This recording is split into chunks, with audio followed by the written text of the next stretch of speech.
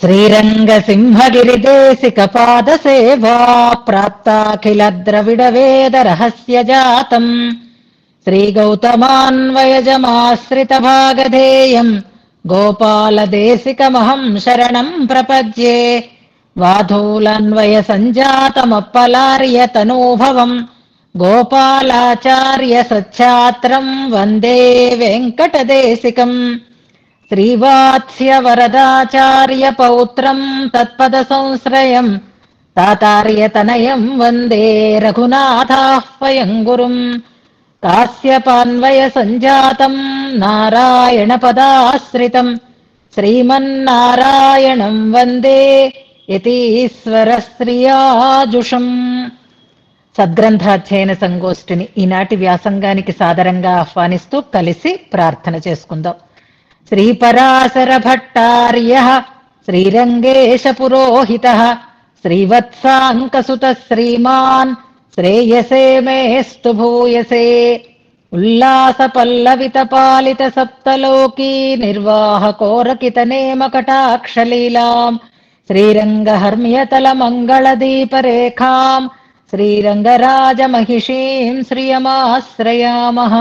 అనాఘ్రాతావద్యం బహుగుణపరీణాహి మనసో దుహానం సౌహార్దం పరిచితమివాథాపి గహనం పదానాం సౌభ్రాత్రాదనిమిష నిషేవ్యం శ్రవణయోః త్వమేవ శ్రీర్మహ్యం బహుముఖయవాణీ విలసితం.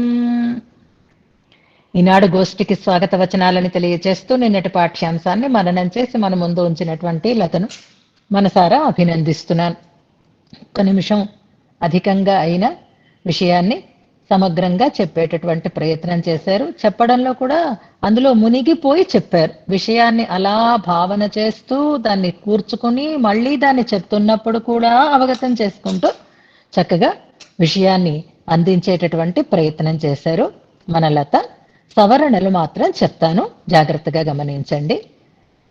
నిన్న కూడా చదివిన వాళ్ళు కూడా శ్రితాసన్యై అంటున్నారు. శ్రితాస్యన్యై అక్కడ సా కింద యకారం ఉంటుంది. శ్రితాసన్యై అని కాకుండా శ్రితాస్యన్యై అనేది ప్రారంభంలోనే దోషం వినపడకూడదు. కాబట్టి ఇక మీదట జాగ్రత్త పడండి. శ్రితాస్యన్యై సా కింద యావత్తు ఉంటుంది. అది ఒకటి ఆ శ్లోకంలో సవరణ. అలాగే భూయాస్తం అన్నారు, భూయాస్తాం దీర్ఘం ఉండాలి అక్కడ కూడా. అలాగే భగవతిం అన్నారు, భగవతీం అనేటటువంటి దీర్ఘం ఉండాలి అక్కడ కూడా. రెండు చోట్ల దీర్ఘం ఉండాల్సిన చోట హ్రస్వం వచ్చింది. భూయాస్తాం భగవతీం అని సరిచేసుకోండి. అలాగే హృదయంగమం, హృదయ అని అన్న చోట హృదయాంగమం అన్నారు. యాకి దీర్ఘం అక్కర్లేదు, హృదయంగమం అంటే సరిపోతుంది అనమాట. చిన్న చిన్న ఆ దీర్ఘాలు ఎక్కడ ఉండాలి, ఎక్కడ అక్కర్లేదు. ఏ ఒత్తులు ఎక్కడ ఉన్నాయి. భావంలో చాలా క్లారిటీ ఉంది మీకు. విషయాన్ని చాలా క్లియర్గా చక్కగా అనుసంధానం చేశారు. కాకపోతే ఈ అనుసంధానంలో చిన్న చిన్న దోషాలు, అక్షర దోషాలు వస్తున్నాయి. వాటిని జాగ్రత్తగా గమనించుకోవాలి. అలాగే శ్రియం త్వత్తోప్యుచ్యై అని ఉంటుంది. తత్తోపి అన్నారు. తత్ వేరు, త్వత్ వేరు. తత్ అంటే అది అని అర్థం, త్వత్ అంటే నీకంటే అని అర్థం అన్నమాట. ఒక చిన్న తేడా వచ్చినా అర్థం మారిపోతుంది. అలాగే వయం అనే పదం వేరు, వయః అనే పదం వేరు. విసర్గలుంటే వయః అనే పదం వయస్సు అనే అర్థాన్ని చెప్తుంది. సున్నా ఉంటే వయం అంటే మేము అనేటటువంటి అర్థం. ఇక్కడ ఉన్నది వయః అని కాదు, ఒక్కసారి అన్నారు. వయం అని మొదట బాగా శ్లోకంలో తప్పు చదవలేదు, కానీ వివరణ వచ్చేటప్పుడు వయః అన్నారు.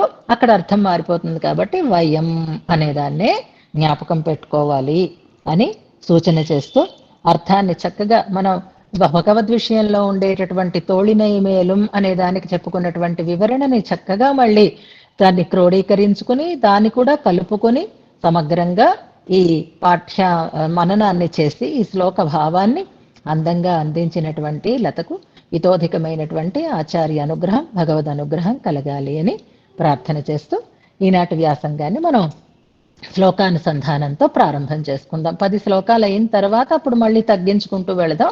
ఇంకా 10వది ఇవాళ అవుతుంది కాబట్టి శ్లోకాల అనుసంధానం చేద్దాం. శ్రియై సమస్త చిదచిద్విధాన వ్యసనం హరేః అంగీకారిభిరాలోకైః సార్థయంచై కృతోంజలిః ఉల్లాస పల్లవిత పాలిత సప్తలోకీ నిర్వాహకోరకిత నేమ కటాక్షలీలాం శ్రీరంగహర్మ్యతల మంగళదీపరేఖాం శ్రీరంగరాజమహిషీం శ్రియమాశ్రయామః అనుకలతనుకాండాలింగనారంభ శుంభత్ ప్రతిదిశ భుజ శాఖ శ్రీ సఖానోకహర్తిః స్తననయన గుళుచ్ఛ స్ఫార పుష్పద్విరేఫా రచయతు మయి లక్ష్మీ కల్పవల్లీ కటాక్షాన్ యద్భ్రూభంగాః ప్రమాణం స్థిరచర రచనా తారతమ్యే మురారేః వేదాంతాస్తత్వచింతాం మురభిదురసి యత్పాదచిహ్నైస్తరంతి భోగోపోద్ఘాతకేళీ చుళుకిత భగవద్వైస్వరూప్యానుభావా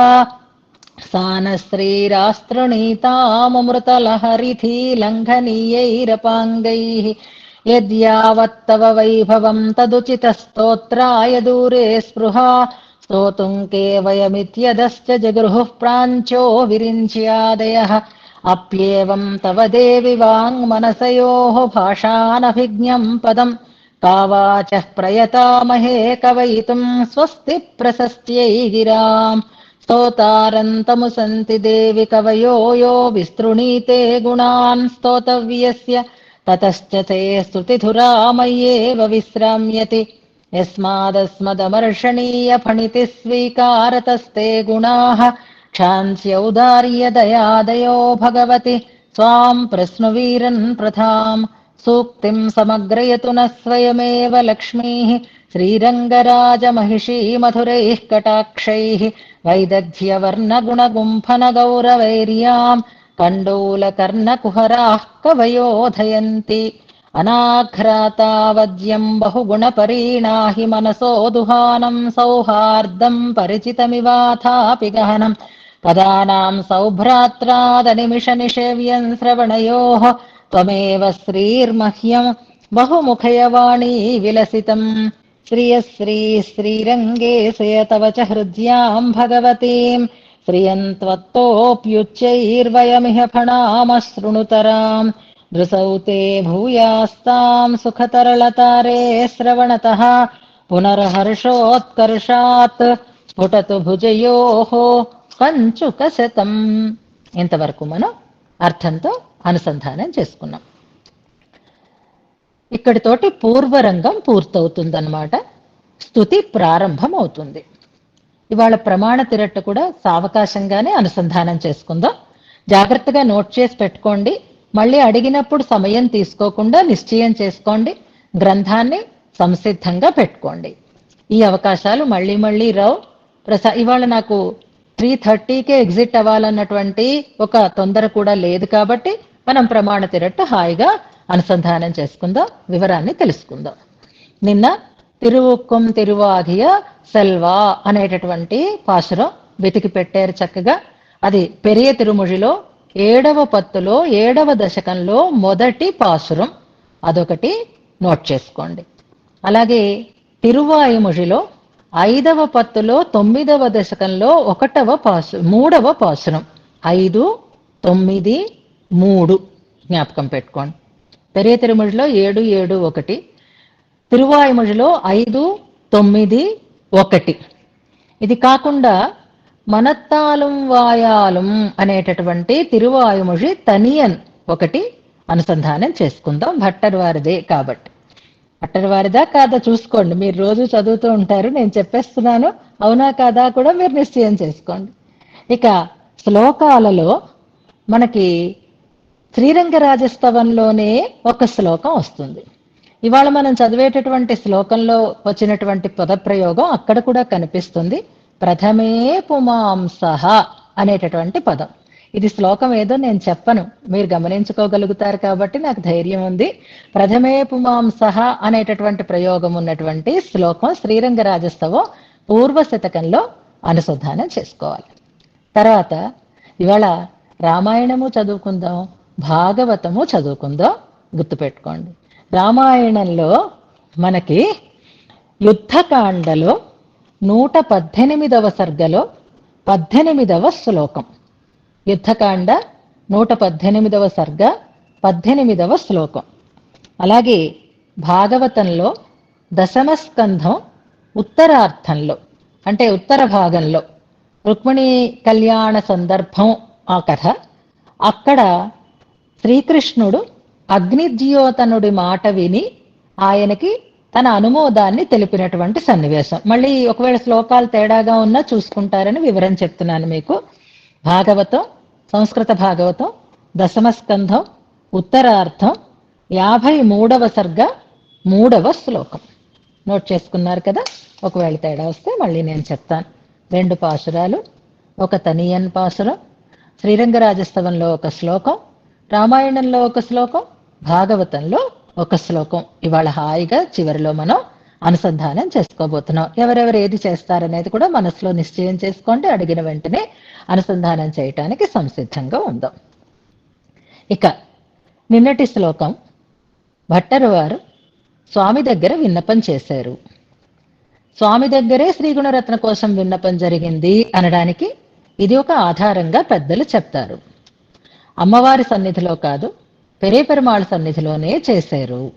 అందుకే హృద్యాం అనేటటువంటి పదం, ఇహ అనేటటువంటి పదం, ఇహ ఫణామహ అని అనడం, అలాగే నీకంటే బాగా చెప్తాం నువ్వు విను అని చెప్పడంలో పెరియ పెరుమాళ్లకే ఈ అమ్మ వైభవాన్ని వినిపిస్తున్నారు కనుక సన్నిధి పెరియ పెరుమాళ్ల సన్నిధే అని పెద్దలు చెప్తూ ఉంటారు. మొన్న భట్టర స్వామి వారు చెప్పినప్పుడు ఒక్క శ్లోకం మాత్రం పెరియ పెరుమాళ్ళ దగ్గర చెప్పారు, మిగిలిందంతా అమ్మవారి దగ్గర చెప్పారు అని అన్నారు. ఆ రకంగానూ అంటారు, అక్కడి నుంచి ఇక్కడికి పరిగెట్టుకొని వచ్చారు అని. సరే, ఇది ఇంకా అందంగా ఉంటుంది. స్వామి వక్షసీమలో నిత్యవాసం చేస్తూ ఉండేటటువంటి అమ్మని చూస్తూనే అమ్మ వైభవాన్ని స్వామి వినేటట్లుగా అనుసంధానం చేశారు. ఎందుకంటే స్ఫుటతు భుజయోహో కంచుక శతం అని అన్నారు. మరి అలాంటప్పుడు స్వామి వినాలి. ఒక్కొక్క శ్లోకం చెప్తూ ఉంటే స్వామిలో ఆనందం ఉప్పొంగాలి. ఉప్పొంగినప్పుడే కదా కంచుకాలు పగులుతూ ఉంటాయి. అంచేత ఇక్కడే జరిగింది అనడానికి ఇదొక ఆధారమైనటువంటి శ్లోకంగా కూడా పెద్దలు నిర్ణయం చేస్తారు. ఇక వినేవాళ్ళుంటే చెప్పేవాళ్ళకి ఆనందం కలుగుతుంది ఎప్పుడైనా సరే. అందుకే భట్టరు వారికి ఇప్పుడు చెప్పాలి అంటే ఎలాగా, వినేవాళ్ళ ఉంటే ఆనందం కలుగుతుంది. వినేవాళ్ళు ఆనందంగా వింటే చెప్పడానికి ఇంకా ఉత్సాహం కలుగుతుంది. అంటే ఆనందం చెప్పేవాళ్ళకి కాదు వినేవాళ్ళకి, ఉత్సాహం వినేవాళ్ళకి కాదు చెప్పేవాళ్ళకి. ఇక్కడ ఆనందం ఎవరికి కలగాలి? భగవంతుడికి కలగాలి. రంగనాథుడు ఆనందించాలి, కోపగించుకోకూడదు అని చెప్తున్నారు. ఆనందం ఎలా కలిగింది అనడానికి మాకు నిదర్శనాలు కూడా కావాలి అని, నీ నేత్రములు హాయిగా శ్రవణ సుఖం వల్ల కనుపాపలు కదులుతూ ఉండాలి, నీ తనువు ఉప్పొంగాలి అని 2 అద్భుతమైనటువంటి హర్షోత్కర్ష వల్ల కలిగేటటువంటి 2 మార్పులని మనకి ఆ శ్లోకంలో సూచించారు అని నిన్న మనం అనుసంధానం చేసుకున్నాం. అంటే స్వామి ఇప్పుడు ఏం చేయాలన్నమాట, ఆయన తిరువరంగత్ చెల్వనార్, మొత్తం ఉభయ విభూతులని ఆయన పరిపాలన చేసేటటువంటి ఏకైక సమ్రాట్టు ఆయన. ఆయన కంటే బాగా నేను చెప్తాను అని అమ్మవారి గురించి చెప్పినా ఆయనలో ఎత్కించిత్ చిన్న కోపం కానీ ఒక ఉదాసీనత కానీ కలిగేటటువంటి అవకాశం ఉంటుంది కనుక అలా కలగకుండా ఉండడానికి కారణం ఏది అనంటే, అమ్మనే పాడతాం, అమ్మ వైభవాన్నే చెప్తాం, కానీ అది నీ వైభవమేనయ్యా స్వామి. ఎందుకంటే అమ్మ నీకు విశేషణమైనదే, ఆ విశేషణంతో కూడినటువంటి వాడివి నువ్వు. అంతేకాదు అమ్మ వల్లే నీకు ఆధిక్యం కలిగింది, అమ్మ వల్లే నీకు దేవత్వం ఏర్పడింది. అంచేత అమ్మ స్వరూప సిద్ధి నీ వల్ల, నీ స్వరూప సిద్ధి అమ్మ వల్ల. కనుక ఈ అన్యోన్యత ఉంది కనుక అమ్మ వైభవాన్ని మేం పాడతాము, నువ్వు వినాలి అని అంటున్నారు. నిన్న చెప్పినది ఆనందంగా వినాలి అని. ఆ ఆనందం నిజంగా విన్నప్పుడు కలుగుతుందా అంటే ఎంత బాగా వింటాడో ఆయన. ఆ భార్య వైభవాన్ని చెప్తూ ఉంటే, అమ్మవారి వైభవాన్ని చెప్తూ ఉంటే స్వామికి ఎంత ఆనందం కలుగుతుంది అని మనకి తిరువాయుమొழிలో 5, 9, 1 అనే పాశురం మనం చెప్పుకున్నాం కదా. దాని వ్యాఖ్యానంలో, భగవద్ విషయ వ్యాఖ్యానంలో నంబిళ్ళై వారు స్వామి ఎలా వింటాడు, ఎంత ఆనందంగా వింటాడు అనడానికి ఇందులో నిదర్శనాన్ని చెప్తున్నారు. అక్కడ ఆళ్వార్లు నాయికాభావాన్ని పొంది కొన్ని పాటల్ని రచించారు. అందులో నాయికాభావంతో చెప్తూ ఉండేటటువంటి దశకము ఇది. తిరువల్లవాజ్ అనేటటువంటి ఒక దివ్యదేశం. ఆ దివ్యదేశ వైభవాన్ని కీర్తిస్తున్నారు నాయికాభావంతో. అంతకుముందు ఉన్నదే ఆరావముదే అనేటటువంటి దశకం. మీకు తిరువాయుమొഴి మీద మీకు అవగాహన ఉంది కాబట్టి చెప్తున్నాను. ఆరావముదే అనేది కుంభకోణంలో ఉండే పెరుమాళని గురించి చెప్పినటువంటి దశకం. అక్కడి నుంచి ఆయన ఆ కోరిక తీరలేదు, స్వామిని దర్శించాలని తిరువళ్ళవాడికి వెళ్ళాలి అని అనుకున్నారు. పూర్తిగా వెళ్ళలేకపోయారు. ఆ దగ్గరలోనే ఉన్నారు. స్వామికి విన్నపం చేస్తున్నారు. స్వామికి దూరంగా ఉన్న నాయిక కాబట్టి స్వామికి సంబంధించినది ఏది తలుచుకున్నా కష్టంగానే ఉంటుంది. ఆళ్వార్లు దివ్యదేశ వైభవాన్ని చెప్పేటప్పుడు ప్రధానంగా ఆ దివ్యదేశాలలో ఎప్పుడూ వేదధ్వని ప్రతిధ్వనిస్తూ ఉంటుంది అని చెప్తారు. ఆ వేదికమైనటువంటి క్రియల వల్ల, యజ్ఞయాగాది క్రియల వల్ల ఆ హోమపు పొగ అంతటా ఆవరించుకొని ఉంటుంది అనేది సాధారణంగా ఆళ్వార్ల యొక్క పాశురాలలో మనకి కనిపిస్తూ ఉంటుంది. తిరువల్లవాడ్ అనే దివ్యదేశంలో కూడా అలాగే వేదధ్వని ప్రతిధ్వనిస్తోంది. అలాగే ఆ హోమపు పొగ అంతటా చక్కగా ఆవరించి ఉంది. ఇది చూస్తున్నారు ఆళ్వార్లు. కానీ నాయికగా ఉన్నారు, పెరుమాళ్ళకి దూరంగా ఉన్నారు కనుక ఆ వేదధ్వని ఎందుకుట అంటే ఆ వేదనాదం నిజంగా ఇంపుగా ఉండాలి. వేదం వినడం కర్ణ కఠోరంగా ఎవరికైనా ఉంటుందా? ఎవరికైనా మంగళకరంగానే అనిపిస్తుంది. కానీ ఇప్పుడు ఆ వేదధ్వని తనని బాధ పెట్టడం కోసం అక్కడ చేయబడుతోంది అనేటటువంటి భావనని ఆ పాశురంలో వెలుబుచ్చుతారు. తర్వాత మనం దాని అర్థాన్ని చెప్పుకుందాం. అక్కడ వ్యాఖ్యాతలు ఏం చేస్తారు అంటే వేదధ్వని ఎక్కడైనా బాధాకరంగా ఉంటుందా అంటే ఉండదు. స్వామికి ఎప్పుడు సామవేద గాన ప్రియుడు కాబట్టి దాన్నలా ఆయన ఆనందంగా వింటూనే ఉంటాడు. కానీ నాయికకి ఇప్పుడు ఈ వేదధ్వని కష్టంగా అనిపిస్తుంది. కారణం ఏమిటి అంటే స్వామికి దూరంగా ఉన్నది కనుక స్వామిని వైభవాన్ని చెప్పేటటువంటి ఆ ప్రబంధం వినడం అమ్మకి కష్టంగా ఉంది. అంటే వేదం స్వామి యొక్క వైభవాన్ని చెప్తోంది అనడానికి ఇదొక నిదర్శనం అన్నమాట. అదేంటండి అలా అనొచ్చా? ఎంతైనా మంచి మాటలు వినాలి కదా అంటే అవును. ఆనందం ఎప్పుడు ఇద్దరూ కలిసి వింటే ఆనందం. ఇప్పుడు దూరంగా ఉంది కాబట్టి ఆమెకి బాధ కలుగుతోంది అంటాడు. మరి స్వామి ఆ వేదాన్ని ఎలా వింటాడు, ఎంత ఆనందంగా వింటాడు అంటే తన వైభవమే కదా కీర్తిస్తుంది వేదం. ఆయన ఆనందంగా వింటాట. కానీ ఆ వినడంలో తేడా ఏమిటి అంటే వ్యాఖ్యాన నంబిళ్ళై వారి వైభవం అదే. ఆయన వింటూ ఉంటాడు, వేదగానం జరుగుతూ ఉంటుంది. ఆ వేదంలో ఆ అమ్మ వైభవాన్ని చెప్పేటటువంటి మాటలు వస్తాయి. హిరీశ్చతే లక్ష్మీశ్చ పత్న్యో అనేటటువంటి ఒక వాక్యం ఉంటుంది. అస్యేసానా జగతో విష్ణు పత్ని అనేటటువంటి ఒక పదం ఉంటుంది. ఈశ్వరీం సర్వభూతానాం అని శ్రీ సూక్తాదులలో మనం వింటూ ఉంటాం కదా. అప్పుడు చూడండి ఒకసారి కెమెరా స్వామి వైపు తిప్పి చూడండి, ముఖం ఇంత చేసుకుని వింటాడట ఆయన. అంటే తన వైభవాన్ని గానం చేస్తున్నప్పుడు మామూలుగా ఉంటాడు, కానీ ప్రీతిగా ఎప్పుడు వింటాడట అంటే అమ్మ వైభవాన్ని గురించినటువంటి ప్రస్తావం వచ్చేటప్పుడు ఆయనలో ఆనందం మరింతగా ఉప్పొంగుతుంది అని అక్కడ నంబిళ్ళై వారు వ్యాఖ్యానం చేస్తారు దానికి. అంచేత శృణుతరా అని భట్టర్ వారు అంటున్నారు. అంటే ఎందుకంటున్నారు అంటే అమ్మ వైభవాన్ని వినడం స్వామికి చాలా ప్రీతికరమైనటువంటి సన్నివేశం కనుక, చాలా ఇష్టాన్ని కలిగించేది.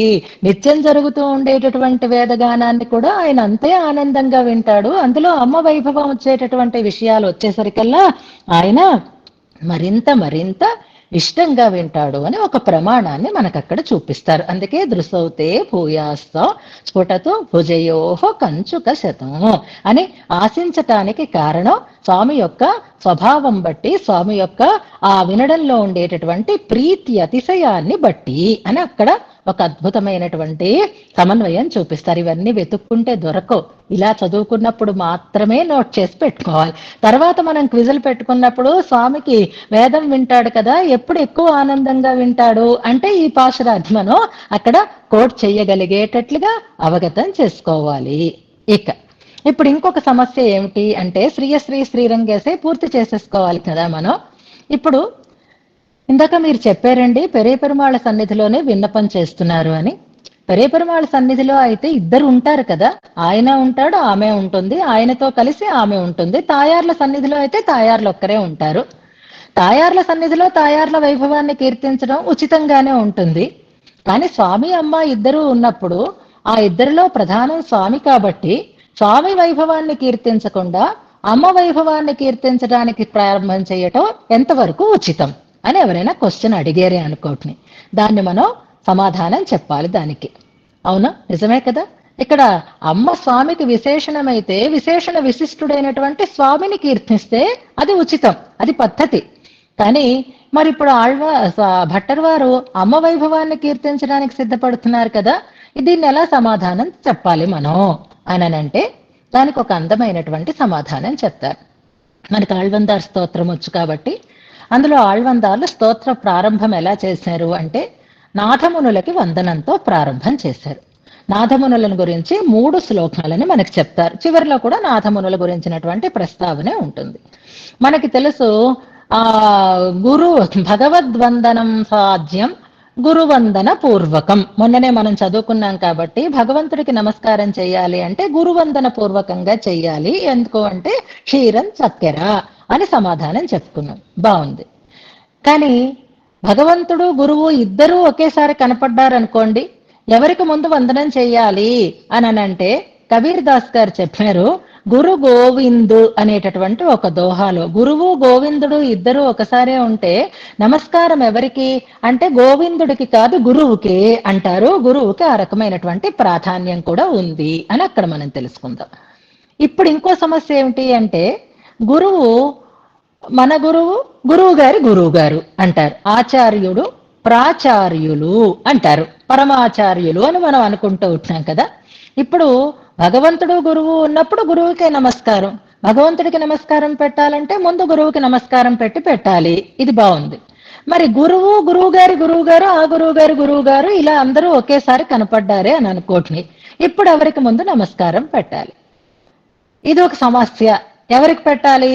మన గురువు గారిక, ఆ గురువు గారిక, ఆ గురువు గారిక? ఆచార్య ప్రాచార్య సన్నిపాతం జరిగింది. ఇప్పుడు అంటే ఒకేసారి ఇద్దరు వచ్చారు. ఇప్పుడు దండం పెడతాం, ఇద్దరికీ పెడతాం అనుకోండి, అది వేరే విషయం. కానీ ముందు ఎవరికి పెట్టాలి అని సందేహం వచ్చింది అని అనుకోండి. ఏది ఉచితం, ఏది పద్ధతి అని అంటే ప్రాచార్యులకే అనే విషయాన్ని మనకి యామునాచార్యుల వారు స్పష్టం చేశారు. ఎందుకని? యామునాచార్యుల వారికి సాక్షాత్తుగా గురువు గారు కాదు, నాథమునులు. ఆ నాథమునుల శిష్యుల ద్వారా వీరు తీర్చిదిద్దబడినారు. కానీ వీరు నమస్కారం ఎవరికి పెడుతున్నారు అని అంటే ప్రాచార్యులకే నమస్కారం చేస్తున్నారు. ఎంచేత అనంటే అది ప్రాచార్యులకి నువ్వు చేసినటువంటి నమస్కారము ఆచార్యులకి ఆనందాన్ని కలిగించేది అవుతుంది. తన గురువు గారు ఇద్దరు ఉన్నప్పుడు గురువు గారికి మానేసి తన కాళ్ళకి నమస్కారం పెట్టారనుకోండి, అది గురువు గారికి ఆనందం కలగదే, ఆయనకి పెట్టాలి అని ముందు ఆయనకి పెట్టిస్తారు. అంటే తన ఆచార్యులకి నువ్వు నమస్కారం చేస్తే అది గురువు వందనం చేసినట్టే. ఎలాగా అంటే గురువు గారి మనస్సుకి ఆనందాన్ని కలిగించే రీతిలో నువ్వు చేసినటువంటి వందనం అన్నమాట. ఆ పని మన గురువు గారికి కూడా ఆనందాన్ని కలిగించేదే అవుతుంది. కాబట్టి ప్రాచార్య వందనమే ముందు చెయ్యాలి. వందనం అంటే ఏమిటి? గౌరవించటం అని అర్థం అన్నమాట. గౌరవం అంటే ఏమిటి? వారి మనస్సుకి ఇష్టమైనటువంటి పనిని చెయ్యటం అని అంటారు. అలాగే అమ్మ స్వామి ఇద్దరు ఉన్నప్పుడు మనం స్వామిని కీర్తించాలా అమ్మని కీర్తించాలా అని అంటే అమ్మని కీర్తించటం స్వామిని కీర్తించడంలో ఒక భాగమే అనేటటువంటి భావన మనకి రావాలి. ఎంచేత అమ్మ వైభవాన్ని వింటే స్వామికి ఆనందం కలుగుతోంది అని చెప్పుకున్నాం కదా, అంటే స్వామిని ఆనందింపచేసే పనినే చేస్తున్నారు అన్నమాట. స్వామికి కోపం తెచ్చుకునేటటువంటి పని కాదు. కాబట్టి ఇక్కడ అమ్మ స్వామి ఇద్దరు ఉన్నప్పుడు స్వామిని వర్ణించటం అనేది, అమ్మని వర్ణించటం అనేది స్వామికి వందనం చెయ్యటం చెయ్యటం లాంటిదే. ఎంచేత స్వామి మనస్సుకి ఇష్టమైనటువంటి, స్వామి మనస్సు ప్రసన్నమయ్యేటట్లుగా చేసుకునేటటువంటి పని కాబట్టి, ఎప్పుడైనా గురువు గారు ప్రసన్నం కావాలి, ప్రాచార్యులకి నమస్కారం పెడితే గురువు గారు ప్రసన్నులు అవుతారు. స్వామి ప్రసన్నుడు కావాలి, అమ్మని కీర్తిస్తే స్వామి ప్రసన్నుడు అవుతాడు. ఇదనమాట అక్కడ ఉండేటటువంటి ఒక మంచి లాజిక్. అందుకే ఇక్కడ భట్టర్ వారు ఇద్దరూ ఉన్నప్పుడు అమ్మవారిని కీర్తించటం అనేది భగవత్ కీర్తనమే, భగవత్ ప్రసాదం కోసం, అంటే భగవద్ అనుగ్రహాన్ని కలిగించేటటువంటి పనినే ఈయన చేస్తున్నాడు అనే విషయాన్ని మనం అలా సమర్థించుకుంటూ ఇప్పుడు స్వామి యొక్క అనుమతిని పొందేరు భట్టర్ వారు, అమ్మ అనుగ్రహాన్ని పొందేరు, కవిత అద్భుతంగా పొంగుతోంది, స్వామి యొక్క ప్రసన్నతని పొందేరు. స్వామిని అందుకే నువ్వు శృణుతరాం, విను, కోపం తెచ్చుకోవద్దు, నీకంటే బాగా చెప్తాము అని అనడంలో అర్థం ఏమిటి? అమ్మ కంటే, స్వామి కంటే అమ్మని బాగా చెప్పడం సాధ్యమా? స్వామి గురించి చెప్పలేనిది అమ్మ గురించి చెప్పగలిగేది ఏమైనా ఉంటుందా? త్వత్తోప్యుచ్చేయి అని అంటున్నారు కదా. దేన్ని దృష్టిలో పెట్టుకుని అంటున్నారు అని అంటే, నిజమేనండి, మగవాళ్లలో లేనిది ఆడవాళ్లు చెయ్యగలిగినది ఏది అని అడిగితే పిల్లల్ని కనడం అని మనం ఎలాగైతే డిఫైన్ చేసుకుని ఆ పని వాళ్ళు ఎన్ని రకాలుగా ఆడవేషాలు వేసుకున్నా జన్మనివ్వడం అనేటటువంటి ఒక వైభవం స్త్రీకే ఉంటుంది అని లౌకికంగా మనం ఎలాగైతే అతిశయాన్ని చెప్పుకుంటామో, అలాగే సంప్రదాయాన్ని, మన సంప్రదాయాన్ని నారాయణ సంప్రదాయం అని అనరు.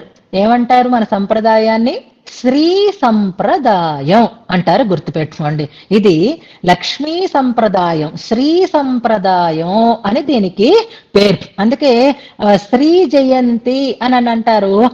కృష్ణ జయంతిని కూడా ఈ శ్రీ పదంతో కొన్ని ప్రయోగాలు మనకు ఉంటాయి.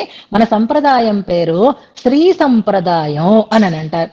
స్వామికి లేనిది అమ్మలో ఉండేటటువంటి విశిష్టత ఏది అంటే పురుషకార స్వరూపము అనే చెప్పుకోవాలి. పురుషకారభూతుడు స్వామి కాదు, పురుషకారభూతురాలు ఎవరవుతారు? అమ్మ అవుతుంది. ఇది అమ్మలో ఉండేటటువంటి ఒక ప్రత్యేకత. ఇలాంటివి ఎన్నైనా చెప్పచ్చు. ఇంకా రామాయణం దగ్గర నిన్న మనం చెప్పుకున్నాము, అడిగితే శరణిస్తాడు ఆయన. విభీషణుడు అడిగాడు, శరణిచ్చాడు. అడగకుండానే శరణవుతుంది ఆమె. రాక్షస స్త్రీలు అడగలేదు, అయినా వాళ్ళని కాపాడుతాను అని మాటిచ్చింది అని ఒకటి చెప్పుకున్నాం. ఇంకా అమ్మ స్వభావం స్వామి స్వభావంలో త్వత్తోప్యుచ్చై అనడానికి బాగా జ్ఞాపకం పెట్టుకోవాల్సింది ఏమిటి అంటే, రావణాసురుడంటే రాముడికి ఇష్టమా కోపమా? రావణాసురుడంటే సీతమ్మకి ఇష్టమా కోపమా? జాగ్రత్తగా వినండి, చిన్న చిన్న ప్రశ్నలే. ఇష్టమా అంటే వేరే దృష్టితో కాదు, తన బిడ్డడిలాగే అన్నమాట. ప్రేమ అంటే అందరి మీద ఉన్నంత ప్రేమే. తనని అపహరించేడని రావణాసురుడి మీద కోపం ఉందా, లేదా ప్రేమ ఉందా అమ్మకి? తన భార్యని అపహరించాడని రావణాసురుడి మీద కోపం ఉందా, ప్రేమ ఉందా రామచంద్రుడికి అని అడిగితే, రామచంద్రుడికి కోపం లేదు, సీతమ్మకి కోపం లేదు. ఇద్దరికీ రావణాసురుడు బాగుపడాలి అనేటటువంటి వాంఛే ఉంది. అందుకే విభీషణుడు వచ్చాడు శరణాగతి చేయడం కోసం అని అంటే, వెళ్ళు ఆ వచ్చినవాడు ఒకవేళ పొరపాటున విభీషణుడు కాదు రావణాసురుడైనా నేను శరణిస్తాను అన్నాడు. ఆయన నేను రావణాసురుడికి కూడా శరణు ఇస్తాను అని చెప్పాడు. అంటే రావణాసురుణ్ణి వధించాలని ఈయనకి లేదు, రావణాసురుడు బాగుపడాలి, చెడ్డ పని మానేయాలి, చెడు దూరం అవ్వాలి అని కోరుకున్నాడు అని రాముణ్ణి అక్కడ సమర్థిస్తాం.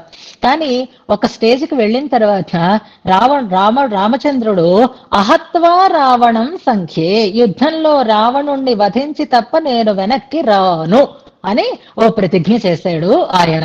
అంటే ఒకానొక స్థితిలో రావణాసురుడు సంహరించేటటువంటి స్థితికి వచ్చాడు. రావణాసురుడు అంతమవ్వాలి అనేటటువంటి భావన, అదే తన ప్రతిజ్ఞగా తీసుకున్నాడు రామచంద్రుడు. అసలు రావణ సంహారం కోసమే అవతారం కనుక.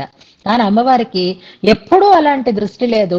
అందుకే ఆమె, రావణ నువ్వు బాగుండాలి నాయన, రావణ నువ్వు 10 కాలాల పాటు పచ్చగా ఉండాలయ్యా, ఆ రాముడితో స్నేహం చేసుకోవయ్యా అని అమ్మవారు మిత్రమౌపైకం కర్తం రామస్థానం పరీప్సత అని అందా లేదా? అంచేత ఇప్పుడు త్వత్తోప్యుచ్చై, స్వామి కంటే అమ్మ ఓ మెట్ట అధికంగా ఉందా లేదా?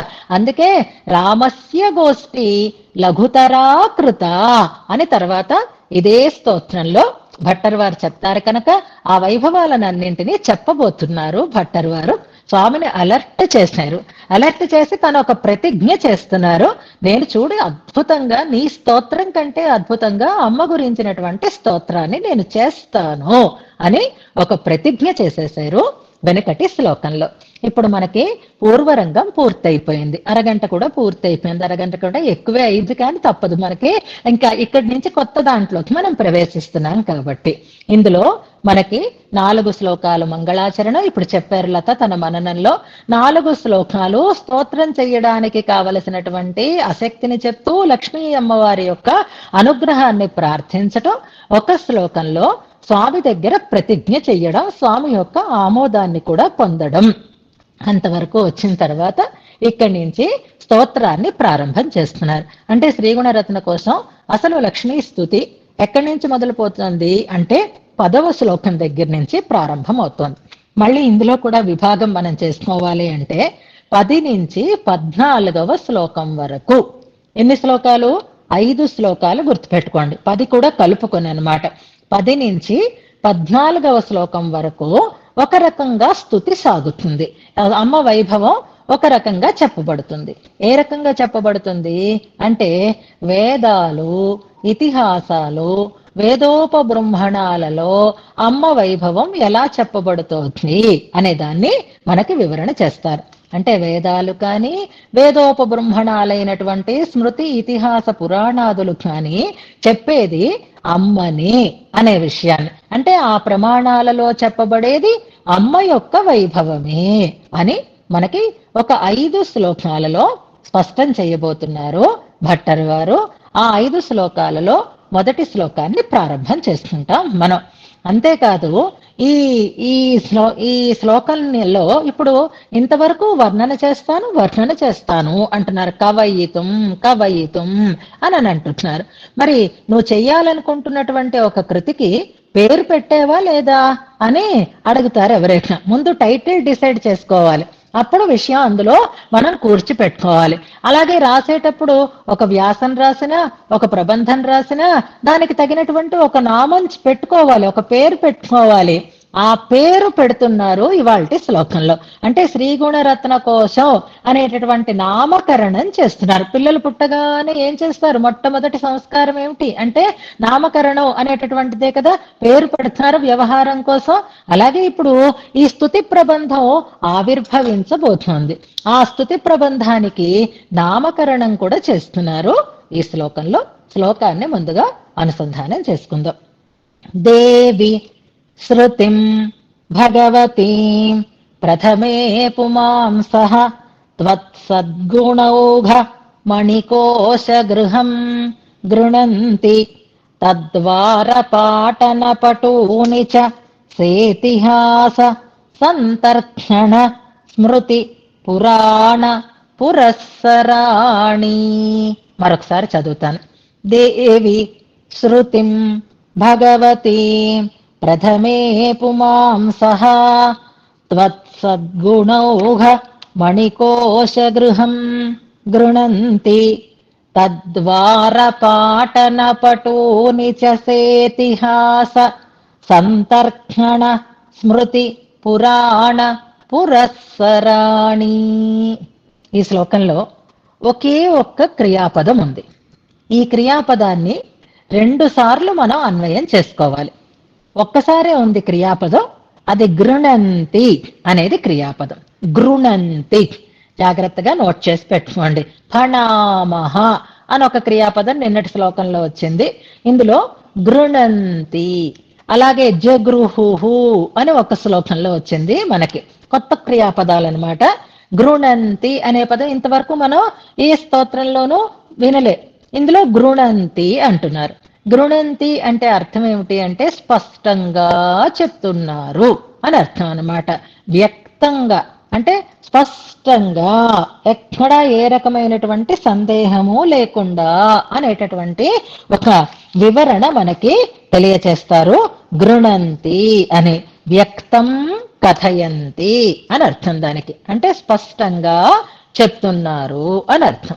ఎవరు చెప్తున్నారు, ఏం చెప్తున్నారు అనేదాన్ని శ్లోకంలో ఉండేటటువంటి సమన్వయంతో మనం తెలుసుకోవాలి. ఎవరు చెప్తున్నారు అన్నదానికి ప్రారంభం చేస్తున్నారు. దానికి ముందుగా మనం సంబోధన పదాన్ని కూడా తెలుసుకోవాలి. సంబోధన పదం ఇందులో శ్లోకం మొదటి పాదంలో మొదటి పదమే సంబోధన పదం.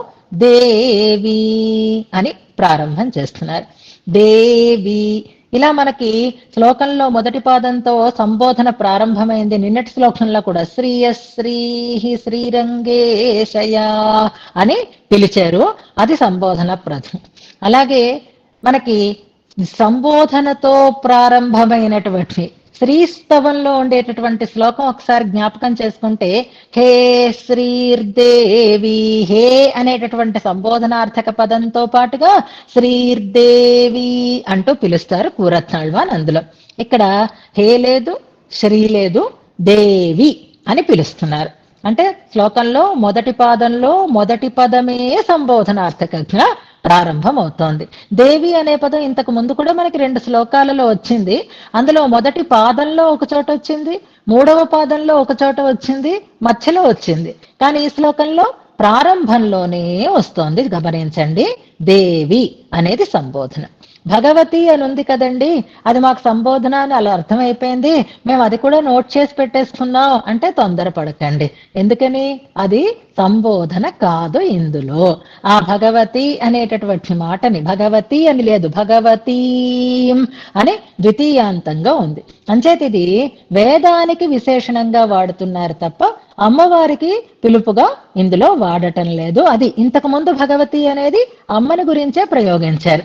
ఇందులో ఈ భగవతి అనే పదాన్ని శృతికి విశేషణంగా వాడుతున్నారు. అంచేత ఇందులో సంబోధన పదం దేవి అన్నది ఒక్కటే సంబోధన. దేవి, ఓ శ్రీ, ఓ అమ్మా దేవి, గృణంతి స్పష్టంగా చెప్తున్నారమ్మా అంటున్నారు. ఎవరు చెప్తున్నారు? ఇప్పుడు కర్తృపదం తీసుకుందాం. అదే ప్రథమే పుమాంసః అనేది కర్తృపదం అన్నమాట. ప్రథమే పుమాంసః ముందు ఉండేటటువంటి మహానుభావులు అని అర్థం. పూర్వ పురుషులు అని అనుకోవాలి. ప్రథమే పుమాంసః అంటే పూర్వ పురుషులు. పుమాంసః పురుషులు, ప్రథమ అంటే మొదట అని పూర్వ పురుషులు అని అర్థం. ఈ పూర్వ పురుషులు అనేసరికల్లా ఎంతో మందిని మనం లిస్ట్ అవుట్ చేసుకోవచ్చు. వ్యాఖ్యానంలో మనం ఆ లిస్ట్ తీసుకుందాం. ఋషుల దగ్గర అయితే మనం పరాశర, వ్యాస, వాల్మీకాదులని పూర్వ పురుషులు అని అనుకోవచ్చు. ఆళ్వార్ల దగ్గరికి వచ్చేసరికల్లా పరాంకుశ, పరకాల మొదలైనటువంటి వాళ్ళందరినీ కూడా పూర్వ పురుషులు అని తీసుకోవచ్చు. ఆచార్యుల దగ్గరికి వస్తే నాథ, యామున, యతివరులు ఇలాంటి వారిని అందరినీ పూర్వ పురుషుల కింద అనుకోవచ్చు. అంత దూరం వెళ్ళడం ఎందుకు? మనకి పూర్వ పురుషులనే తీసుకుందాం. ఎవరు అని అంటే మనకి తెలిసినటువంటి ఆచార్యులని తీసుకోండి. ఉత్తరాంధ్ర త్రయం పూర్వమే పుమాంసః వాళ్ళు ఇలా చెప్పారు అని అనుకోవచ్చు. లేదా గోపాలాచార్య స్వామి వారు, పెదజీయర్ స్వామి వారు, కవి గారు ప్రథమే పుమాంసః అలా మీ ఆచార్యులు, ఆచార్య పరంపరని మనం ఒకసారి అనుసంధానం చేసుకోవచ్చు. ఇక్కడ మహర్షులైనటువంటి మహానుభావులు, జ్ఞానులు, అలాగే భక్తియుక్తులైనటువంటి ప్రపన్నులైనటువంటి ఆళ్వార్ ఆచార్యాదులు అని తీసుకుందాం. ఇదే పనం మనకి శ్రీరంగరాజస్తవంలో వచ్చింది. చంద్ర పుష్కరిణిని అనుసంధానం సేవించిన తర్వాత ఆ చంద్ర పుష్కరిణికి తూర్పు వైపు ఉండేటటువంటి ఆళ్వార్ల గోష్ఠికి నమస్కారం చేస్తారు. అక్కడే పరాంకుశాద్యాః ప్రథమే పుమాంసః ఇదే పదప్రయోగం మనకి పట్టరు వారు అక్కడ కూడా చేస్తున్నారు. అందుకే ఆ శ్లోకం అనుసంధానం చేద్దాము అని అనుకున్నాం. ప్రథమే పుమాంస, ఏ టీం వాళ్ళు జాగ్రత్తగా గుర్తుపెట్టుకోండి. ప్రథమే పుమాంసః శ్లోకాలు మర్చిపోకూడదు. ఇంకా దానికి సమయం ఉంది. ఇంకా శ్లోకాలు అనుసంధానం చేయాల్సిన అవసరం కూడా ఉంది. జ్ఞాపకం తెచ్చుకోండి.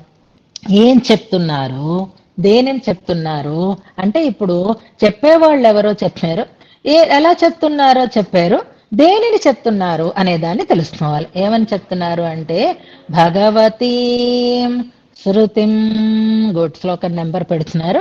భగవతీ శృతిం, భగవతి అనే పదం శృతికి విశేషణంగా వాడుతున్నారు. శృతి అంటే వేదం మనకు తెలుసు కదా. ఆ శృతికి విశేషణం ఏమిటి?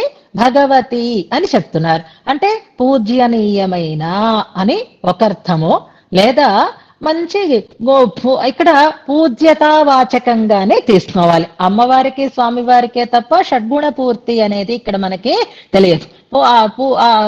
ఆదరణీయమైన, పూజనీయమైన అనే అర్థంలో చెప్తున్నారు. ఏది శృతి భగవతీ శృతిం అంటే చక్కటి పూజనీయమైనటువంటి శృతిం వేదమును ఏమని చెప్తున్నారు అంటే త్వత్ నీ యొక్క వెనకటి శ్లోకంలో ఇదే పదం వచ్చింది. త్వత్తోపి ఉచ్చై అన్నారు. ఇక్కడ త్వత్ నీ యొక్క సద్గుణ మంచి గుణములనేటటువంటి ఓఘా సముదాయము యొక్క మణికోశము రత్నకోశము అని మణికోశ గృహం మణుల అంటే ఏ మణులు గుణములు అనేటటువంటి మణులు. ఎలాంటి గుణములు? మంచి గుణములు. ఎవరి గుణములు? నీ యొక్క గుణములు.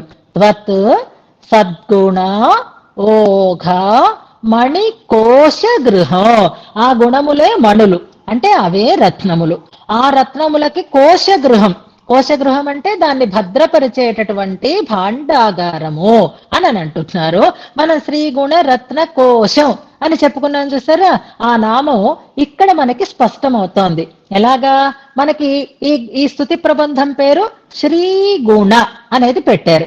అదే ఇక్కడ త్వద్గుణ అనేటటువంటి పదంలో మనకి చూపిస్తున్నారు. త్వద్గుణ నీ యొక్క గుణములు అని అనడంలో తన స్తుతి ప్రబంధాన్ని శ్రీ గుణ అని ఒక సూచన మనకి తెలుస్తుంది. ఇక మణికోశ గృహం అని చెప్పడంలో మణికోశం అంటే ఇక్కడ గుణ పదము వచ్చింది, త్వత్తని శ్రీదేవి గురించినటువంటి ప్రస్తావన వచ్చింది, రత్న అనే వాచకంగా మణి అనేటటువంటి పదం వచ్చింది, శ్రేష్టమైనటువంటి రాయి అనే అర్థంలో కోశం కోశ గృహం అని చెప్పడంలో శ్రీగుణ రత్న కోశం అనేటటువంటి నామాన్ని వ్యక్తం చేస్తున్నారు. ఈ శ్లోకంలో నామకరణం చేస్తున్నారు తమ ప్రబంధానికి అని అన్నాం కదా. అసలు నిజానికి శ్రీగుణ రత్న కోశం ఏది అంటే వేదం. వేదానికి ఆ పేరు లేకపోవచ్చు, కానీ ఆ వేదాన్ని ఉపబృంహణం చేసేటటువంటి ఈ స్తుతి ప్రబంధానికి అదే నామం అంటున్నారు. త్వత్ సద్గుణ ఓఘ మణికోశ గృహం గృణంతే.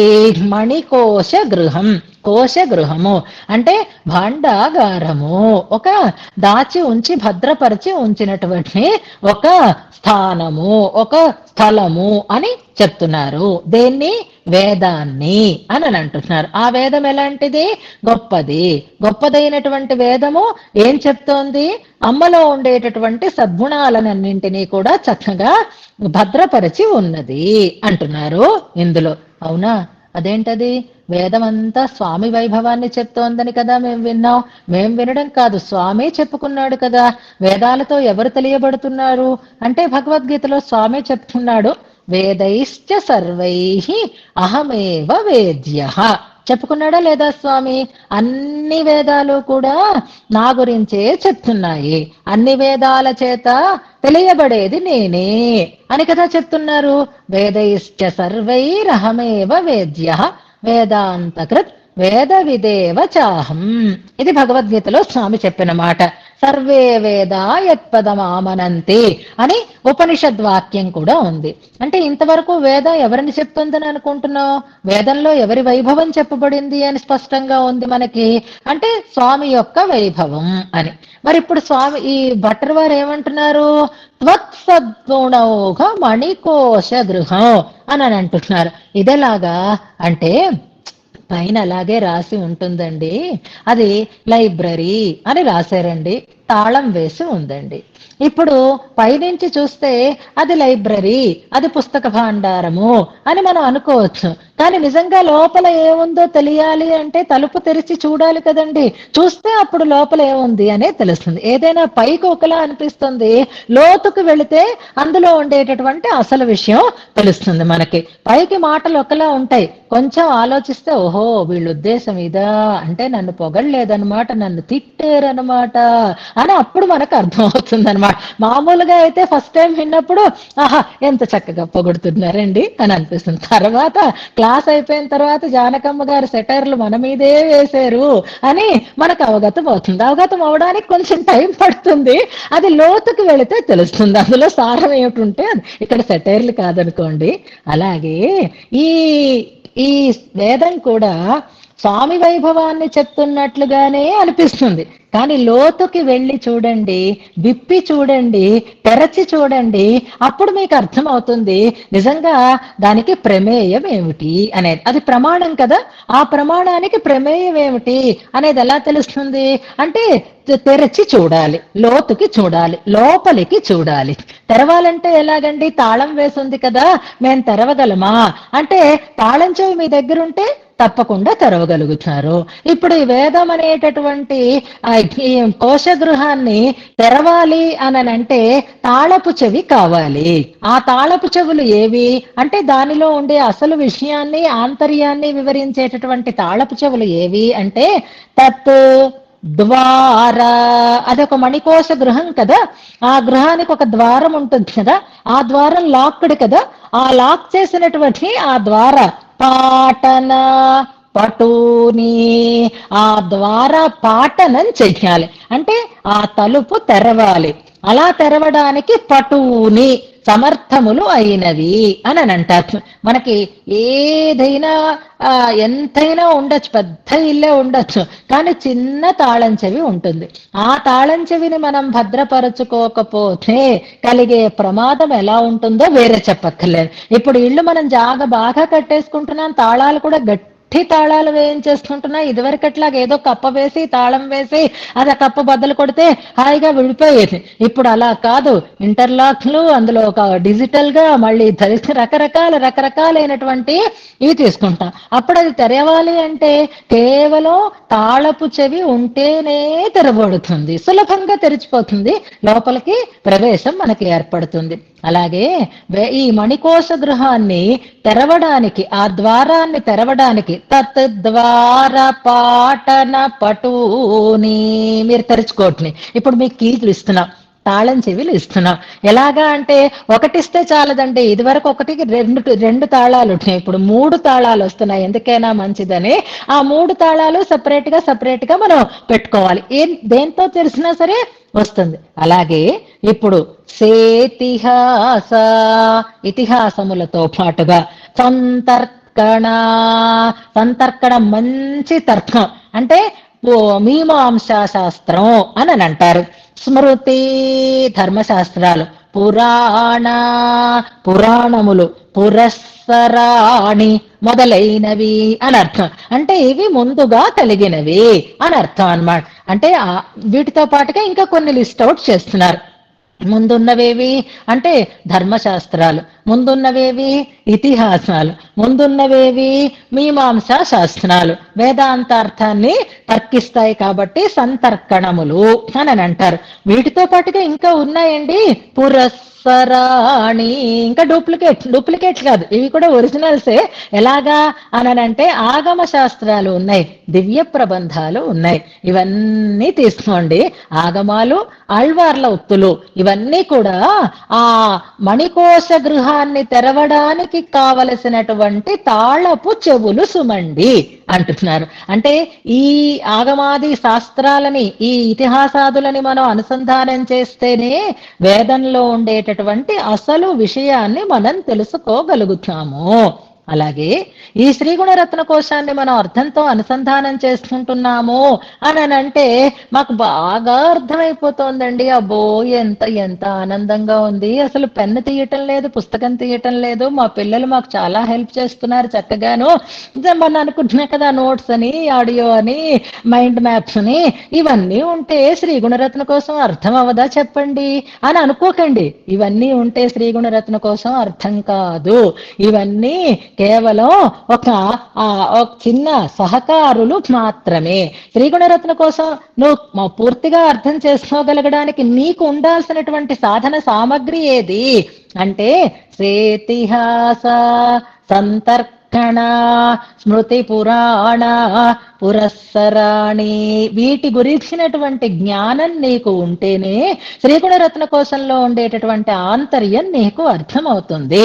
శ్రీగుణరత్న కోశం చెప్పాలి అన్నా, శ్రీగుణరత్న కోశాన్ని చదువుకోవాలి అన్నా నీకు అంతో ఇంతో వాటి గురించినటువంటి జ్ఞానం ఉంటే సులభంగా నీకు అందులో ఉండేటటువంటి ఒక అర్థం తెలిసేటట్లుగా ఉంటుంది. ఆ సౌలభ్యం కోసం చెప్తున్నారన్నమాట. ఇప్పుడు పీడిఎఫ్ ఉంటే, ఆడియో ఉంటే ఆ శ్లోకంలో ఉండే భావం నీకు సులభంగా వచ్చేస్తుందా లేదా? ఇవి ఎలాగో అలాగే వేదాన్ని విప్పి చెప్పడానికి, వేదంలో ఉండేటటువంటి ఆంతర్యాన్ని చెప్పడానికి కావలసినటువంటి సాధన సామగ్రి అన్నమాట శ్రేతిహాస అని ఒక లిస్ట్ చెప్తున్నారు. వీటిని అన్నింటినీ కలిపి ఒక పదంతో మనం చెప్పుకోవాలి అంటే ఉపబృంహణములు అని చెప్పేసుకోవాలి. వేదములు ఉపబృంహణములు అంటారు. ఉపబృంహణము అంటే చిన్న అందులో ఉండేటటువంటి విషయాన్ని బాగా జూమ్ చేసి చూపించుట అని అర్థం అన్నమాట. భూతద్దంలో చూపిస్తే మనకు ఎలా ఉంటుందో, చిన్న అంశం కూడా మనకు ఎలా కనిపిస్తుందో, వేదంలో ఉండేటటువంటి ప్రమేయాన్ని అంటే వేదం దేన్ని ప్రతిపాదన చేస్తోందో ఆ అంశాన్ని ఈ ఉపబృంహణములు అన్నీ కూడా చక్కగా విప్పి చెప్తున్నాయి అన్నమాట. అంచేత బయట నుంచి చూసి దాని మీద ఉండేటటువంటి నేమ్ బోర్డు చూసి ఈ వేదం భగవంతుడికి వైభవాన్నే చెప్తోంది అని మీరు నిశ్చయం చేసుకోకండి. నిజంగా లోతుకు వెళితే రామాయణాది ఇతిహాసాలను పరిశీలించిన, భారతాది వాటిని పరిశీలించిన, ఆగమ శాస్త్రాలను ప్రసరించిన ఈ గ్రంథాలన్నింటి ద్వారా మనకి తెలియబడేదేది అంటే వేదంలో చెప్పబడుతూ ఉండేది అమ్మ యొక్క వైభవము అని స్పష్టం చేసి కలుగుతుంది అని గృణంతి అనే దాన్ని మళ్ళీ ఇక్కడ కూడా మనం సమన్వయం చేసుకోవాలి. ఎక్కడ పురస్సరాణి పాటన పటూని అని గృణంతి చెప్తారు. ఇది తాళం వేసి ఉంది, ఇందులో చాలా విలువైన రత్నాలు ఉన్నాయి, తాళపు చెవులు ఇక్కడ ఉన్నాయి, జాగ్రత్త అని చెప్తున్నారు అన్నమాట. నీకు లోపలికెళ్ళి ఆ రత్నాలను చూడాలి అంటే ఇగో తాళపు చెవులు ఇక్కడ ఉంటున్నాయి, ఈ తాళంతో తీసుకో, అప్పుడు సులభంగా నీకు ఆ మణికోశ గృహంలో ఉండేటటువంటి రత్నాల యొక్క ఔజ్వల్యాన్ని దర్శించగలిగేటటువంటి అవకాశం ఉంటుంది అంటున్నారు. అంటే ఇప్పుడు రెండు స్టేట్మెంట్స్ ఇచ్చారనమాట ఈ శ్లోకంలో. ఒక స్టేట్మెంట్ ఏది అంటే అమ్మా పూజనీయమైనటువంటి వేదము నీ అద్భుతమైనటువంటి గుణరాశిని చెప్తోంది అని అంటారమ్మా మహాపురుషులైనటువంటి వారందరూ కూడా.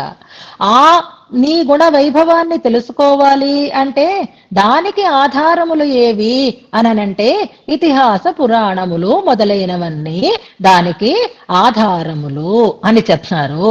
అవి తెలిస్తే ఇది నీ గుణ వైభవం అద్భుతంగా తెలుస్తుంది అని అంటారు అని రెండు వాక్యాలుగా పూర్వభాగంలో ఒకటి, పూర్వార్థంలో ఒకటి, ఉత్తరార్థంలో ఒకటి మనకి తెలియచేస్తున్నారు అని అంటున్నారు.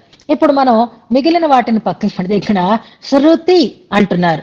ఇక్కడ వేదాంతము అని అనటం లేదు, ఉపనిషత్తులు అని అనటం లేదు, శృతి అని వేదము అని అంటున్నారు. ఏమిటి ఉపనిషత్తు అంటే ఏమిటి, వేదం అంటే ఏమిటి అంటే వేదము వేదాంతము అని కదా మన వాళ్ళు అంటున్నారు. పూర్వమీమాంస ఉత్తరమీమాంస అంటున్నారు. వేదాన్ని పూర్వకాండ ఉత్తరకాండ అని రెండుగా విభాగం చేస్తారు. మనకి ద్వయమంత్రంలో రెండు భాగాలు ఎలాగా ఉన్నాయో అలాగే వేదాన్ని కూడా పూర్వభాగము పూర్వకాండ ఉత్తరకాండ, కర్మకాండ ధర్మకాండ జ్ఞానకాండ అని అంటూ ఉంటున్నారు. చూసారా, ఇందులో భగవద్ విషయం ఎక్కడ చెప్పబడింది, భగవద్ వైభవం ఎక్కడ చెప్పబడింది అంటే ఉత్తర భాగంలో చెప్పబడింది, పూర్వభాగంలో భగవద్ ఆరాధనా విధానం చెప్పబడింది అని మనం అనుకుంటాం. కానీ ఇక్కడ అమ్మ వైభవము పూర్వభాగం చేత ఉత్తర భాగం చేత రెండిటి చేత చెప్పబడుతోంది అనేటటువంటి ఒక సమగ్రత కోసమే శృతిం అనే మాటనే అంటున్నారు తప్ప వేదాంతము అని ప్రయోగించటం లేదు. దానికి ఎన్నో రకాలైనటువంటి ఉదాహరణలని మనకి చూపిస్తూ ఉంటారు. అయితే ఉపబ్రహ్మణాలు ఉన్నాయి, వేదం ఉంది. ఈ వేదంలో పూర్వభాగము ఉంది, ఉత్తర భాగము ఉంది. ఉపబ్రహ్మణాలు కూడా రకరకాలుగా ఉన్నాయి. ఇప్పుడు లిస్ట్ అవుట్ చేశారు. ఏవేవి లిస్ట్ అవుట్ చేశారు? ఇతిహాసములు అని అన్నారు. రామాయణ భారతములు ఇతిహాసములు అంటారు. పురాణములు అన్నారు, అష్టాదశ పురాణములు, అవి కాకుండా విష్ణు పురాణము మొదలైనటువంటి అద్భుతమైనటువంటి గ్రంథాలు. ఇవి కాకుండా సంతర్కణం అన్నారు, మీమాంసా శాస్త్రం అన్నారు. అలాగే స్మృతి అన్నారు, స్మృతులు అంటే ధర్మశాస్త్రాలు అని అన్నారు. ఇవి కాకుండా ఇంకా ఆగమాలున్నాయి, ఆళ్వార్ల ప్రబంధాలు ఉన్నాయి అని మనం అనుకుంటున్నాం. పూర్వభాగం బాగా వివరమరిచి చెప్పేది ధర్మశాస్త్ర గ్రంథాల చేత అంటారు. ఉత్తర భాగం బాగా విడమర్చి చెప్పబడేది ఇతిహాస పురాణాదుల చేత అని అంటారు. అంటే స్వామి యొక్క స్వరూప రూపగుణ విభూతులని తెలియచేసేటటువంటి ఉత్తర భాగాన్ని విడమరిచి చెప్పేవి ఏవి అంటే ఇతిహాస పురాణాదులు అని చెప్తారు. కర్మ భాగాన్ని విడమరిచి చెప్పేవి ఏవి అనంటే పూర్వార్థ భాగాన్ని చెప్పేవి ధర్మశాస్త్రములు అని అంటారు. ధర్మశాస్త్రాలంటే మనుస్మృతి మొదలైనటువంటి ధర్మశాస్త్రాలు. అందులోనే కదా రకరకాలైనటువంటి యజ్ఞయాగాది విధులన్నీ కూడా మనకి చెప్పబడుతూ ఉంటాయి.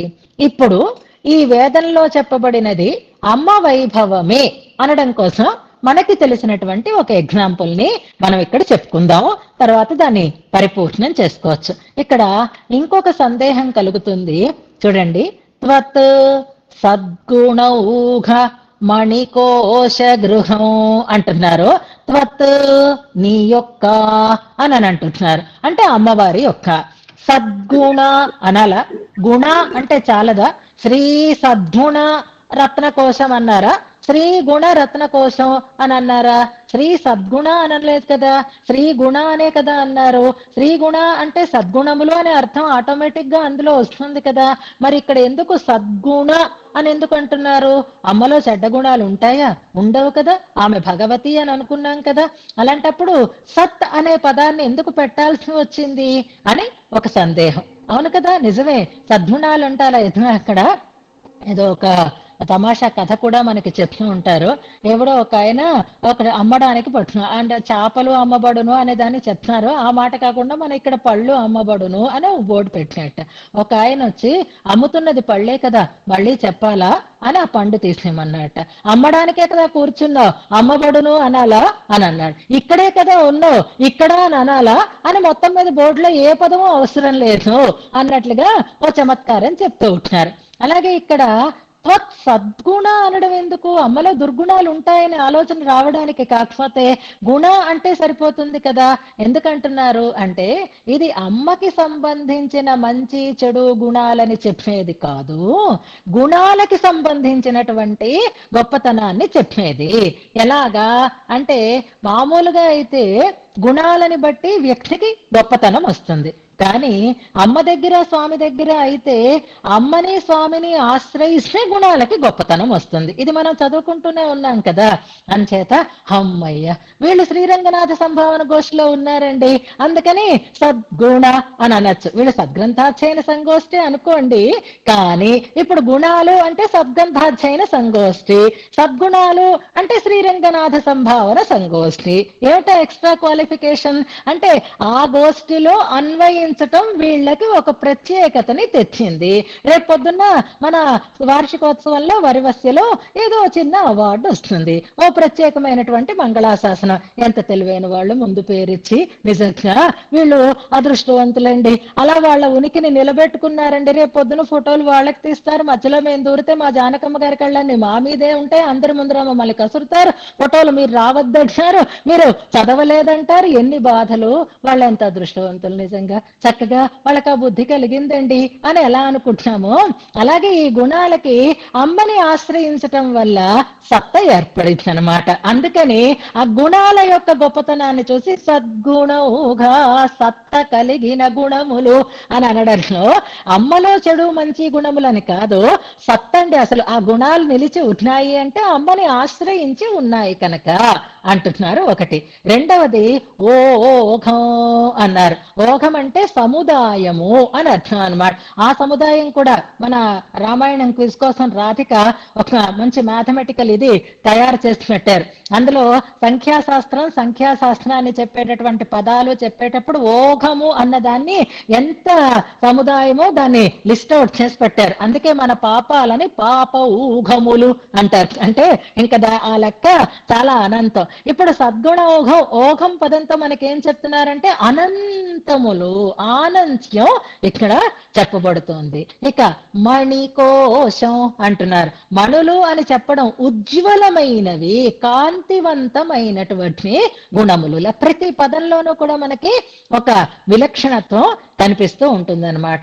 ఆ ఔజ్వల్యం, ఆ గుణాలకు ఉండేటటువంటి ఆ వైభవాన్ని, ఆనంత్యాన్ని మనకి ఇందులో వివరణ చేస్తూ ఈ ఉపబ్రహ్మణాలన్నీ కూడా అదే తెలియచేస్తున్నాయి అని అంటారు. సింపుల్ గా చెప్పేస్తాను, సమయం అయిపోయింది కాబట్టి. ఇతిహాసము, వేదములు, ఉపబ్రహ్మణములు అనడం కోసం తెలిసిన ఎగ్జాంపుల్ చెప్తున్నారు. చాలా ఎగ్జాంపుల్స్ చెప్తారు. ఇప్పుడు రామాయణం వేదమా కాదా? వేదమే. ఎంచేత వేదవేద్యే పరేపుంసి మనం చదువుకుంటున్నాం కాబట్టి. అంటే వేదానికి రామాయణం, ఇతిహాసం ఉపబ్రహ్మణం అయిందా కాదా? అంటే వేదంలో ఉండేటటువంటి విషయాన్నే రామాయణం కూడా చెప్పాలి, లేని విషయాన్ని చెప్పకూడదు కదా. అదే కదా ఉపబ్రహ్మణం అంటే, ఉన్నదాన్ని విడమరిచి చెప్పాలి. కానీ ఇది వేరు అది వేరు అయితే ఇందులో చెప్పబడేది ఒకటి, అందులో చెప్పబడేది ఒకటి అవుతుంది. కానీ ఇది అది ఒకటే కాబట్టి అందులో ఏముందో ఇది ఇంకొంచెం వివరంగా చెప్పడం అన్నదే దీనికి ఉండేటటువంటి ఒక ప్రత్యేకత. ఇప్పుడు వేదంలో ఏముంది, రామాయణంలో ఏముంది అని అంటే, వేదంలో ఏముందో అదే రామాయణంలో ఉంది అనడానికి మనకి ఎగ్జాంపుల్ ఏది అంటే, వేదోపబృంహణార్థాయ తావగ్రాహయత ప్రభు అంటూ వేదోపబృంహణంవే అనే దాన్ని స్పష్టం చేస్తున్నారు. అందులో కావ్యం, రామాయణం, కృత్స్నం, సీతాయాశ్చరితం మహత్ అన్నారా లేదా? మరి అంటే సాక్షాత్తు వేదమే రామాయణమైనప్పుడు రామాయణం సీతాచరితము అని చెప్పబడుతోంది అంటే వేదం కూడా లక్ష్మీ వైభవాన్ని ప్రతిపాదన చేస్తోంది, లేకపోతే ఉపబ్రహ్మణం ఎలా అవుతుంది? అంచేత వేదంలో లక్ష్మీ వైభవమే చెప్పబడింది అనడంలో సందేహము లేదు. ఇది మనకి తెలిసినటువంటి ఎగ్జాంపుల్ కాబట్టి సీతాచరితమే అన్నట్లుగా భగవద్గుణ వైభవం కాదు, అమ్మ గుణ వైభవమే వేదంలో కూడా చెప్పబడింది అనడానికి ఇదొక్క ఎగ్జాంపుల్ మనకి చాలు. రామాయణం ఒక్కటేనా అంటే భారతాన్ని అసలు పూర్తిగా పంచమ వేదం అనే అంటారు కాబట్టి భగవద్వైభవం ప్రతిపాదించిన చోటల్లా మా అమ్మ వైభవం అందులో కలిసి ఉంటుంది. అలాగే భాగవతం తీసుకోండి. అందుకే భాగవతము, రామాయణము కూడా అమ్మ వైభవాన్ని గురించి వేద సూక్తులని ఎంత అందంగా ప్రతిపాదన చేశాయి అనడానికి 2 ఎగ్జాంపుల్స్ చెప్తాను. ఇవాళ ప్రమాణ తిరుటి మీకు చెప్పాను కాబట్టి ఇవాళ సావకాశంగా చెప్పుకోవాలి, మనకి ప్రతిపదార్థం పూర్తి అయిపోయింది. ఇది జాగ్రత్తగా వినండి. వేదంలో శ్రీ సూక్తం ఉంది. శ్రీ సూక్తంలో అమ్మ వైభవం అనేకమైనటువంటి మంత్రాలలో చెప్పబడింది. అందులో కాంసోస్మితాం హిరణ్య ప్రాకారాం ఆర్ద్రాం జ్వలంతి అనేటటువంటి ఒక మంత్రం ఉంటుంది కదా. అమ్మని జ్వలంతి అని అద్భుతంగా వర్ణిస్తారు. అంటే జాజ్వల్యమానంగా ప్రకాశించేటటువంటిది అని అర్థము. ఒక అద్భుతమైనటువంటి దీపశిఖ అనేటటువంటి అర్థం మనకి అక్కడ వస్తుంది. ఎన్నో రకాలైనటువంటి అర్థాలు వస్తాయి. ఇప్పుడు ఆమె ఎవరు? శ్రీదేవి కదా. ఇప్పుడు రామాయణంలో ఆమె ఎవరు? శ్రీదేవి. రామాయణంలో ఎవరు అంటే సీతాదేవి. భాగవతంలో శ్రీదేవి ఎవరు అంటే రుక్మిణీ దేవి. రాఘవత్వే భవత్ సీత రుక్మిణి కృష్ణ జన్మని. ఇది మనకి విష్ణు పురాణం చెప్పింది. ఇక్కడ పురాణ అనేది అందులో స్పష్టంగా మనకి తెలుస్తుంది. ఇప్పుడు వేదం ఏం చెప్తోంది? ఆర్ద్రాం జ్వలంతీం కాం ఇలా చెప్తుంది. జ్వలంతీం అన్న ఒక్కదాన్ని మనం తీసుకుందాము అంటే దీపశిఖ అని అనుకుందాం మనం ఆ పదానికి. దీపశిఖ, శ్రీరంగహర్మ్యతల మంగళ దీపరేఖ అన్నారు అక్కడ. ఇప్పుడు అమ్మ దీపశిఖ లాంటిది అని అమ్మ యొక్క ఆ పవిత్రతని మనకి చెప్పేటటువంటి ఒక అద్భుతమైనటువంటి మంత్రంలో ఉండే పదంగా దాన్ని తీసుకుందాం. దాన్నే కదా మరి వివరించాలి రామాయణంలో. వివరించారా అని అంటే అప్పుడు ముఖే ముఖే సరస్వతి అంటారు చూసారా, అనేకమైనటువంటి వ్యాఖ్యానాలు మనకు ఉన్నాయి. జ్యోతిష్మతి వ్యాఖ్యానంలో కేవి రాఘవాచార్య గారు చాలా అందంగా అక్కడ ఆంధ్ర వివరణని ఇచ్చారు. ఎవరి దగ్గర ఆ పుస్తకం మీ దగ్గర పీడిఎఫ్ కూడా ఉంది కాబట్టి చూసుకోండి. ఇప్పుడు లక్ష్మీదేవి, శ్రీదేవి, సీతాదేవి. సీతాదేవి కూడా దీపశిఖ లాంటిది అని చెప్పుకోవాలి మనం. ఎందుకని అంటే అమ్మకి అగ్ని పరీక్ష పెట్టాడు స్వామి. ఆ అగ్ని పరీక్షలో ఆమె నెగ్గింది. సాక్షాత్తుగా అగ్నిదేవుడే ఆమెను తీసుకుని వచ్చాడు. వచ్చి రామచంద్ర స్వామికి అప్పచెప్పాడు. అప్పచెప్తూ, ఇదిగో ఈమె చాలా పవిత్రమైనది సుమా, ఈమె గురించి నువ్వు మళ్ళీ ఒక్క మాట మాట్లాడడానికి వీల్లేదు, నేను ఆజ్ఞాపిస్తున్నాను అని అప్పచెప్తాడు సీతాదేవిని అగ్నిదేవుడు రామచంద్ర స్వామికి. ఈమెని మళ్ళీ నువ్వు శంకించటానికి వీలు లేదు అంటాడు. నకించిదభిధాతవ్య అహం ఆజ్ఞాపయామి తే అంటాడు సాక్షాత్తుగా అగ్నిదేవుడే రామచంద్ర స్వామిని. అలా అంటే రాముడు తల వంచుకుంటాడట.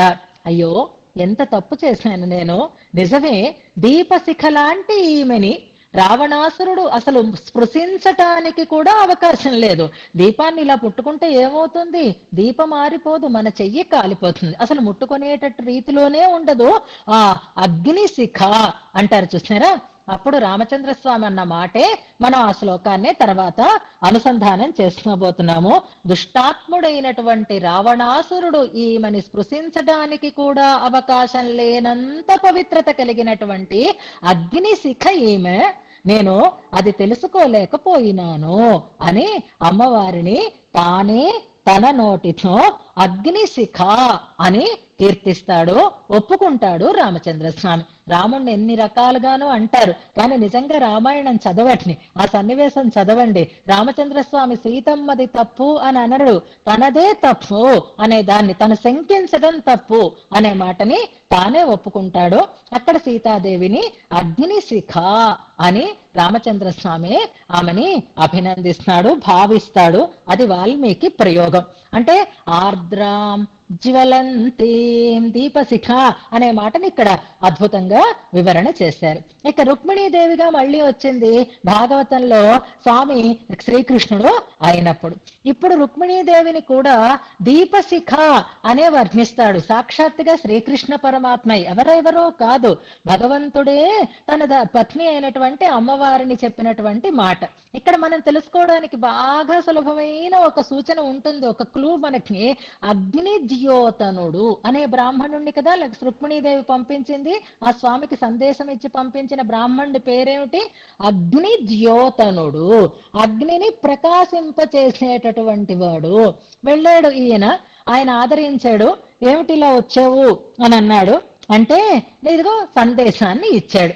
ఇచ్చిన తర్వాత శ్రీకృష్ణుడు తిరిగి సమాధానం చెప్తున్నాడు. మీకేం బెంగక్కర్లేదు, నేను వస్తాను, ఆ రాజులందరినీ అంతం చేస్తాను, అగ్నిశిఖలాగా ఆమెని అగ్నిశిఖ లాంటి ఆమెని నేను తెచ్చుకుంటాను అని శ్రీకృష్ణ భగవానుడు అగ్నిద్యోతనుడికి మాట ఇచ్చి పంపిస్తాడు. అప్పుడు కూడా రుక్మిణీదేవిని ఆయన ఎలా సంభావించాడు అంటే, మిగిలిన రాజులందరూ ఆశపడుతున్నారు, కానీ ఆమె అత్యంత పవిత్రమైనటువంటి దీపశిఖ లాంటిది. ఆ దీపశిఖని నేను తెచ్చుకుంటాను, రాజులనందరినీ యుద్ధంలో అంతం చేసి అని శ్రీకృష్ణ భగవానుడు అక్కడ రుక్మిణీదేవిని కూడా అగ్నిశిఖ అనే ప్రజ్వలిస్తూ ఉండేటటువంటి అగ్నిశిఖ అని ఆయన సంభావిస్తాడు. అంచేత ఉపబృంహణములు అనడంలో లక్ష్మీ స్వరూపము వేదంలో చెప్పబడిన రీతిలో ఎలా వివరింపబడుతోంది అనే దానికి ఈ రెండు అద్భుతమైనటువంటి ఉదాహరణలు అయితే ఇంకా చాలా ఉంటాయి.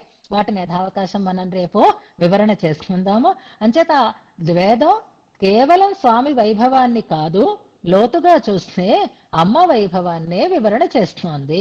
ప్రమాణమైనటువంటి వేదానికి ప్రమేయం ఎవరు అంటే శ్రీ గుణములు, శ్రీ స్వరూపము అని స్తుతిని ప్రారంభం చేస్తూ స్తుతికి నామకరణం చేసి శ్రీగుణరత్న కోసం అనేటటువంటి మాట ధ్వనించేటట్లుగా పదప్రయోగం చేసి అమ్మ వైభవాన్ని వేదములతో, వేద ఉపబృంహణములతో ప్రతిపాదన చేయడానికి ప్రారంభం చేశారు భట్టర్ వారు. ఈ శ్లోకం నుంచి అమ్మ వైభవాన్ని పలు రకాలుగా చెప్తున్నారు. అందులో మొదటి 5 శ్లోకాలలోనూ వేదాంతములచే ఉపబృంహణములచే అమ్మ వైభవం ఎలా ఎలా ప్రతిపాదింపబడుతోంది అనే దాన్ని చెప్పడం ప్రారంభిస్తున్నారు ఈ శ్లోకంలో. ఈ శ్లోకాన్ని ఉపదేశాత్మకంగా అనుసంధానం చేసుకుందాం.